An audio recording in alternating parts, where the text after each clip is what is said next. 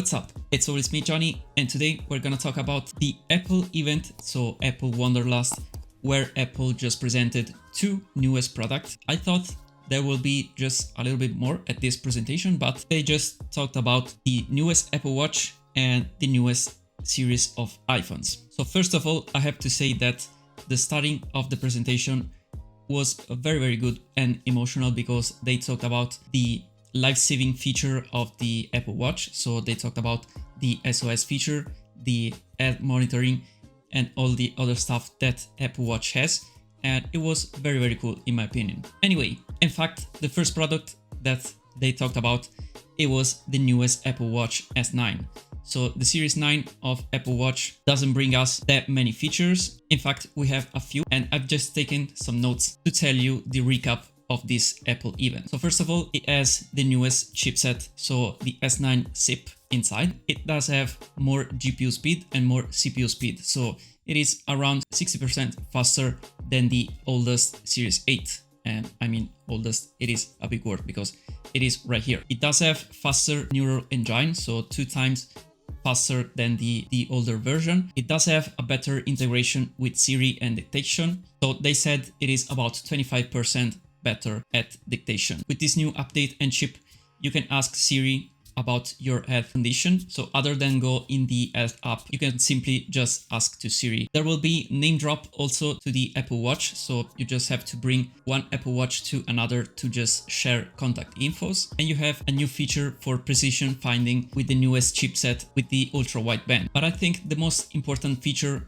so the most important changes on the newest Apple Watch S9, it is the screen, because this time the screen can reach a peak of 2000 nits outside, and it is very good because it does reach the same peak as the iPhone 14 Pro that I have, and the Series 8 that I have right here does reach only 1000 nits outside. So with this one, you don't have pretty much any problem to see the watch outside in the direct sunlight, but 2000 nits, it is a very good number. But also, most important, it can go down to 1 nit, and this is a very useful feature because you can use it maybe at the theater when you're watching some movies and some stuff like that. One of the most useless feature in my opinion was the double tap with the index finger. It is not a real thing that we're gonna use, but they just made a whole story on that, and I mean, for me, it's just not useless, but I mean, not so useful feature. Then Apple Watch Ultra 2 with the newest S9 SIP chipset inside, so the same one as the S9 series. You have all the same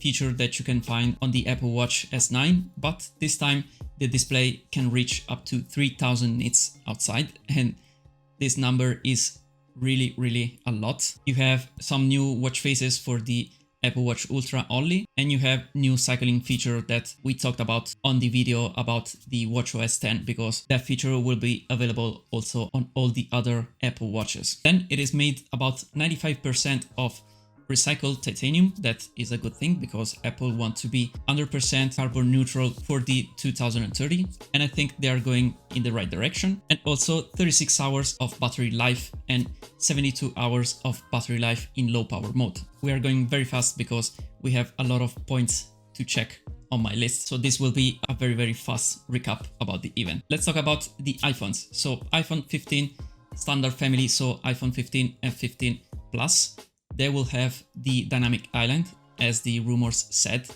in the past. And also you have thinner bezels, you have Super Retina XDR display, you have Dolby Vision, you have also in this case 2000 nits peak of brightness on your screen. So this is a very good thing because I think they've used the same screen as the iPhone Pro and Pro Max of the last year, so the 14 Pro and the 14 Pro Max. And we have smooth edges with a texture matte finish, and we have like a pink color. It is the newest color for the standard iPhones. Then we have green, blue and black, of course. We have new camera system finally. Also on the standard model we get the 48 megapixel main camera. That in my opinion it is a good thing because we can shoot up to 48 megapixel photo, so you can take like a lot of landscaping photo or maybe some very detailed portrait, and also you will have a very shallow depth of field. So this of course will be better in low light and better at portraits. Also, you have the ability to switch to the 2x lens, but it is in fact a digital zoom for the 48 megapixel camera. So you just shot in 24 megapixel, we can say, we can simplify like that. You have smart HDR, you have satellite option also on this version, not only the Pro and the Pro Max, and all of that equipped with the A16 Bionic, so the same processor as we have in the 14 Pro and 14 Pro Max. Then finally, we have the USB-C. There will be also some new AirPods Pro 2nd generation, like this one right here, but they will be equipped with the USB-C connector on the bottom, because this one has the lightning connection, unfortunately.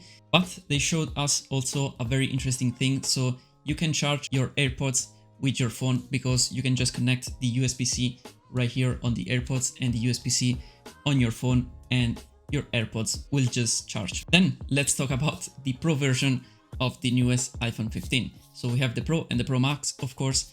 We have a new design, we can say, because we have a titanium frame that is strong, durable, and also lighter, because inside it is also aluminum. We have also brushed texture on the outside, so as pretty much the rumors said. And we have, of course, thinner bezels. And the newest color will be blue. So I'm not very excited about this color, because I prefer a lot the purple of last year. But anyway, this year with the titanium, we have a new design and a new look overall. We have, of course, the action button. So the switch on the side of the iPhone will be no more on the Pro and Pro Max. So we have a customizable button that you can press, or maybe hold, press and hold, that can double press it, so you can customize it as you want for calls, for activating voice memos, for flashlight, and all of that stuff. It is equipped with the newest A17 Pro chip.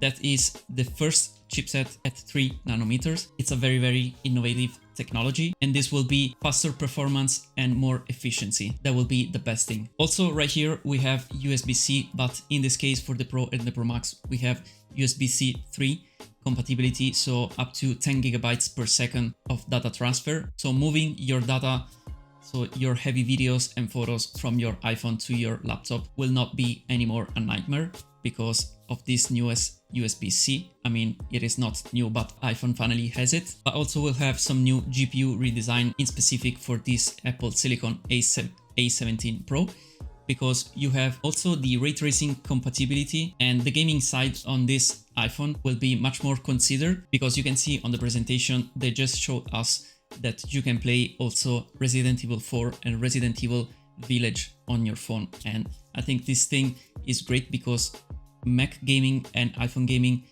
has come to the same way, and so you can play both games on both devices, and this is very cool. Also you can play The Division from Ubisoft, and also from Ubisoft it will be available the newest Assassin's Creed Mirage, and this is a very good thing. It will be a great thing because that title will be also available on Mac gaming, if I'm not wrong, because if it runs on the A17 Bionic, so it can run also on the Apple M1, M2 chipset. Talking about cameras, we have still the 48 megapixel main camera, but with a larger sensor and also some coating to prevent some lens flare. And here too, you can shoot at 48 megapixel in RAW, of course, and also you can shoot in HEIF.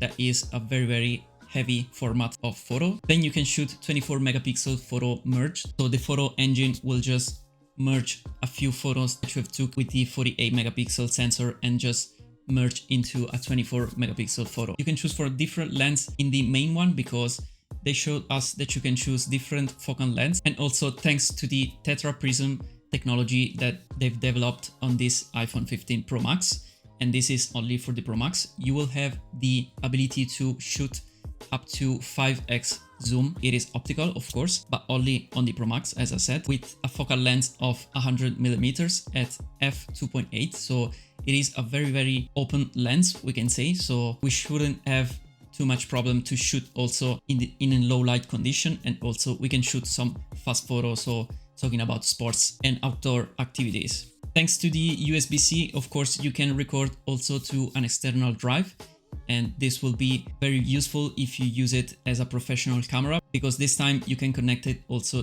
to external monitor, external drive, and record up to 4K 60 FPS with also log encoding. So this time it will be more cinematic than ever. One very cool thing that you can do with the newest iPhone 15 Pro and Pro Max, you can shoot spatial video.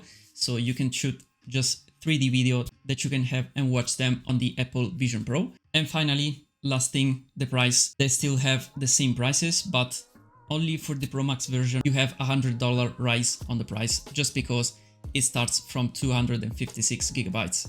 But the standard version, so the normal iPhone 15 Pro, it starts at $999. So the same price as last year, just because it starts at 128 gigabytes. So the Apple Watch will be available just right now for the pre-orders, and then they will be available at the 22nd of September, and the iPhones will be available for the pre-order this Friday right here, and of course they will be available still at the 22nd of September. So this is pretty much what was about the Apple Wanderlust event. So let me know down below in the comments what do you think about this newest iPhone, especially the Pro and the Pro Max. So finally, it does make a difference to buy a Pro Max version. And let me know also if you are interested to the Apple Watch S9. It is not too much different from the S8. It doesn't get all the interest compared to the iPhones, but let me know down below in the comments what do you think about this Apple event.